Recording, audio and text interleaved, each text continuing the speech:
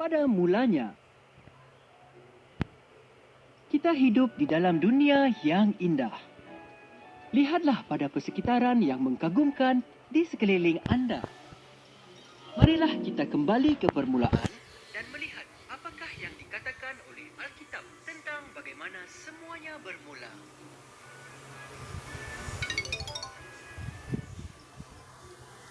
Pada mulanya, Tuhan menciptakan langit dan bumi. Tuhan bergerak di atas kegelapan dan berkata, "Terang." Dia menamakan terang itu siang dan kegelapan itu malam. Hari yang pertama selesai. Kemudian, Tuhan meletakkan ruang untuk memisahkan air yang di atas dan yang di bawah. Dia menamai ruang itu langit. Hari kedua selesai. Tuhan mengumpulkan airnya bersama dan kelihatanlah tanah kering. Dia menamakan tanah tersebut darat dan kumpulan airnya laut.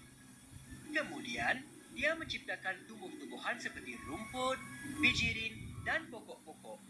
Hari ketiga selesai. Apakah yang Tuhan ciptakan pada hari pertama?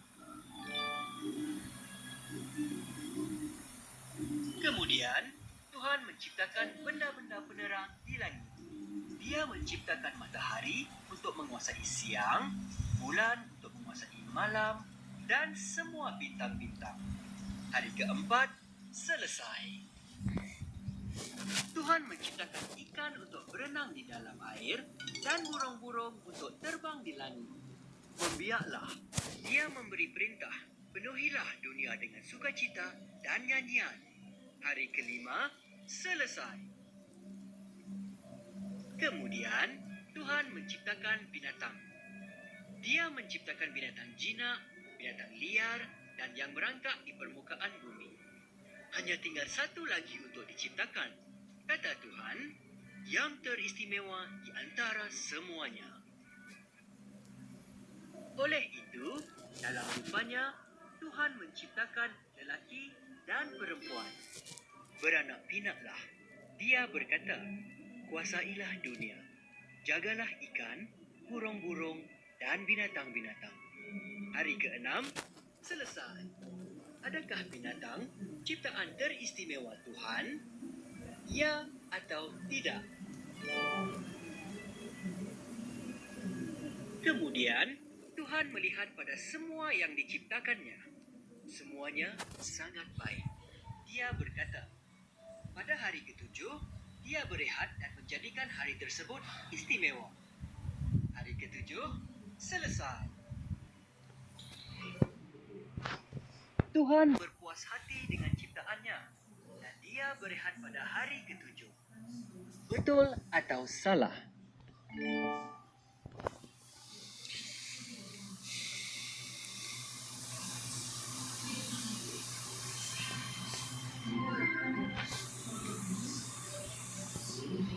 Pada mulanya, kita hidup di dalam dunia yang indah.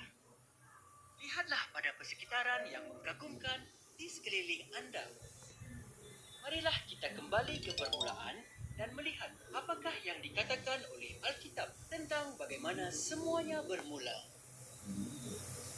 Pada mulanya, Tuhan menciptakan langit dan bumi. Tuhan bergerak di atas kegelapan dan berkata, "Terang." Dia menamakan terang itu siang dan kegelapan itu malam. Hari yang pertama selesai. Kemudian, Tuhan meletakkan ruang untuk memisahkan air yang di atas dan yang di bawah. Dia menamai ruang itu langit. Hari kedua selesai. Tuhan mengumpulkan airnya bersama dan kelihatanlah tanah kering. Dia menamakan tanah tersebut darat dan kumpulan airnya laut. Kemudian, dia menciptakan tumbuh-tumbuhan seperti rumput, bijirin, dan pokok-pokok. Hari ketiga selesai.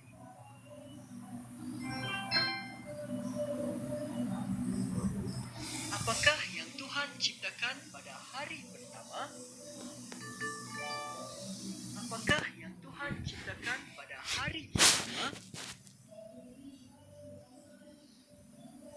Kemudian, Tuhan menciptakan benda-benda penerang di langit.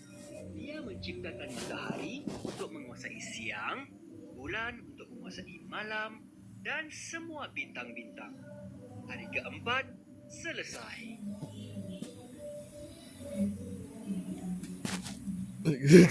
Kata-kata, seperti jilani saat trabalho Juquinha. Terima Juquinha, seperti isso, ada escravada. Pada mulanya, Não, tá, Donit. pada mulanya, Sem escape. kita hidup di dalam dunia yang indah. Não, Yang mengagumkan di sekeliling Anda. Marilah kita kembali ke permulaan dan melihat apakah yang dikatakan oleh Alkitab tentang bagaimana semuanya bermula. Pada mulanya, Tuhan menciptakan langit dan bumi. Tuhan bergerak di atas kegelapan dan berkata, "Terang." Dia menamakan terang itu siang dan kegelapan itu malam. Hari yang pertama selesai. Kemudian, Tuhan meletakkan ruang untuk memisahkan air yang di atas dan yang di bawah. Dia menamai ruang itu langit. Hari kedua selesai. Tuhan mengumpulkan airnya bersama dan kelihatanlah tanah kering. Dia menamakan tanah tersebut darat dan kumpulan airnya laut. Kemudian, dia menciptakan tumbuh-tumbuhan seperti rumput, bibit, dan pokok-pokok. Hari ketiga selesai. Apakah yang Tuhan ciptakan pada hari pertama? Kemudian, Tuhan menciptakan benda-benda penerang di langit. Dia menciptakan matahari untuk menguasai siang, bulan untuk menguasai malam, dan semua bintang-bintang. Hari keempat selesai. Tuhan menciptakan ikan untuk berenang di dalam air dan burung-burung untuk terbang di langit. Membiaklah, dia memberi perintah, penuhilah dunia dengan sukacita dan nyanyian. Hari kelima selesai. Kemudian, Tuhan menciptakan binatang. Dia menciptakan binatang jinak, binatang liar, dan yang beranggak di permukaan bumi. Hanya tinggal satu lagi untuk diciptakan, kata Tuhan, yang teristimewa di antara semuanya. Não, bota. Kemudian, Tuhan menciptakan binatang. Dia menciptakan binatang jinak, binatang liar, dan yang beranggak di permukaan bumi. Hanya tinggal satu lagi untuk diciptakan, kata Tuhan, yang teristimewa di antara semuanya. Oleh itu, dalam rupanya, Tuhan menciptakan lelaki dan perempuan. Beranak pinaklah. Dia berkata, kuasailah dunia. Jagalah ikan, burung-burung, dan binatang-binatang. Hari ke-6 selesai. Adakah binatang ciptaan teristimewa Tuhan? Ya atau tidak? Travou de novo, seu papaprila. Pada mulanya, Não. kita hidup di dalam dunia pada Não.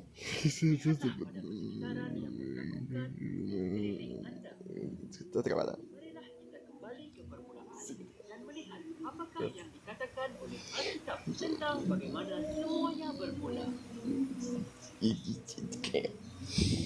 Pada mulanya, Tuhan menciptakan langit dan bumi. Tuhan bergerak di atas kegelapan dan berkata, terang. Dia menamakan terang itu siang dan kegelapan itu malam. Hari yang pertama selesai.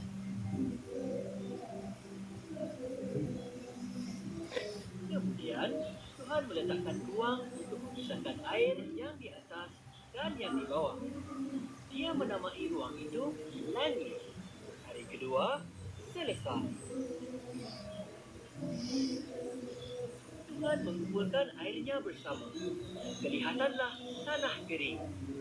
Dia menamakan tanah tersebut darat. Kumpulan airnya laut. Kemudian, dia menciptakan tumbuh-tumbuhan seperti rumput, bijirin, dan pokok-pokok. Hari ketiga, selesai. Apakah yang Tuhan ciptakan pada hari pertama? Apakah yang Tuhan ciptakan pada hari pertama?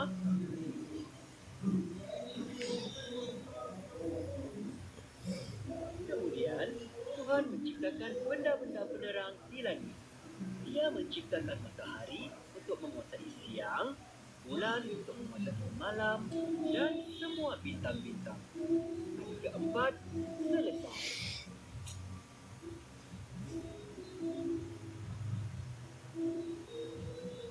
Tuhan menciptakan ikan untuk berenang di dalam air dan burung-burung untuk terbang di langit. Membiarlah, dia memberi perintah, penuhilah dunia dengan sukacita dan nyanyian. Hari kelima, selesai.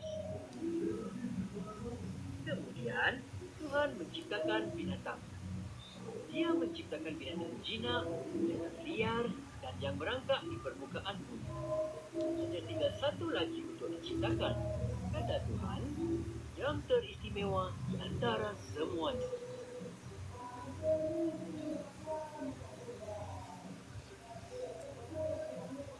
Oleh itu, dalam rupanya, Tuhan menciptakan lelaki dan perempuan. Beranak pinatlah. Dia berkata, kuasailah dunia, jagalah ikan, burung-burung, dan binatang-binatang. Hari ke-6, selesai. Adakah binatang ciptaan teristimewa Tuhan? Ya atau tidak?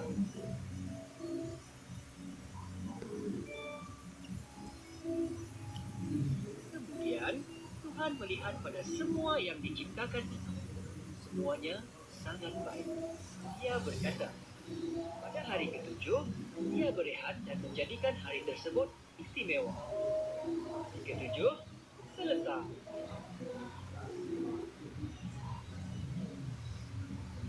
Tuhan berpuas hati dengan ciptaannya. Dia berehat pada hari ke-7. Betul atau salah? Betul. Tidak pada datang.